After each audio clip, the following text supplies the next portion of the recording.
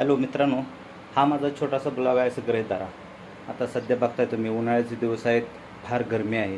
आपल्या घरावर, आपल्या बंगल्यावर हे चिमण्या जे आहेत ना, लहान चिमण्या अशा चिवचिवत असतात.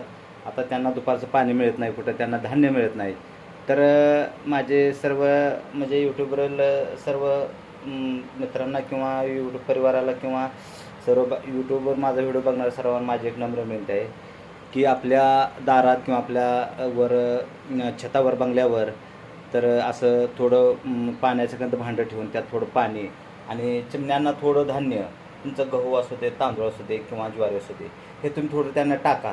कारण जसं आपला जीव सावलेला बसतो तसं त्यांचा बी जीव सावलेला बसा वाटतं. किंवा त्यांना थोडं धान्य किंवा थोडं पाणी जर तुम्ही देऊन त्यांना सहकार्य केलं तर ना, तुम्ही ह्या जन्मात जेवढे पाप केलेले आहेत ना, किती पाप असू दे, किती बी तुमचं पाप असू दे, ते सगळं पाप तुमचं नाहीच होणार आहे, असं माझं म्हणणं आहे. तर तुम्ही सर्वांनी आपल्या घरावर असू दे किंवा आपल्या छतावर, आपल्या दारात ज्या चिमण्या ज्या आहेत ना, त्या चिमण्यांना थोड्या एखाद्या भांड्यात पाणी किंवा थोडं धान्य असं ठेवून त्यांना थोडं त्यांच्या जरा जीवाकडे किंवा त्यांना जरा बघा तुम्ही.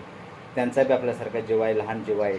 त्यांना कुठं पाणी मिळतं, कुठं धान्य मिळतं. आता सध्या कुठं काय धान्य नसतं, काय नसतं. या चिमण्यांना फार भूक लागलेली असते, पाण्यानं फार तहानलेले असतात. तर या चिमण्यांना तुम्ही थोडं आपल्या दारात एक भांडं पाणी, लई काही त्यास खर्च नाही, किंवा एक मुठभर धान्य, तांदूळ असू दे, ज्वार असू दे, तुम्ही टाका ना. हां, एवढं काम करा, उन्हाळ्या दिवस आहेत. तर सर्वांना माझी विनंती आहे की हे तुम्ही हा व्हिडिओ तुम्ही सर्वांना शेअर करा आणि थोडं त्यांच्या बी जीवाला थोडं सुकून मिळू दे जरा बस, एवढी माझी इच्छा आहे.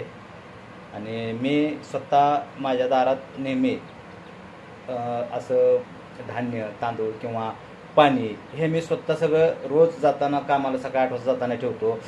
संध्याकाळ आले की 5 वाजता ते पाणी संपलेलं असतं, चिमण्यांच्या तोंडाला पाणी येत नाही, तर ते संध्याकाळी सकाळी जाताना ते भांडं पाण्यात फुल भरून ठेवायचं, म्हणजे त्यांना दिवसभर पुरते. आता मी ते तुम्हाला दावतो. मी माझ्या स्वतःच्या दारात चिमण्यांना धान्य वगैरे आणि जे पाण्याचं भांडं ठेवलेलं ते तुम्हाला दावतो मी.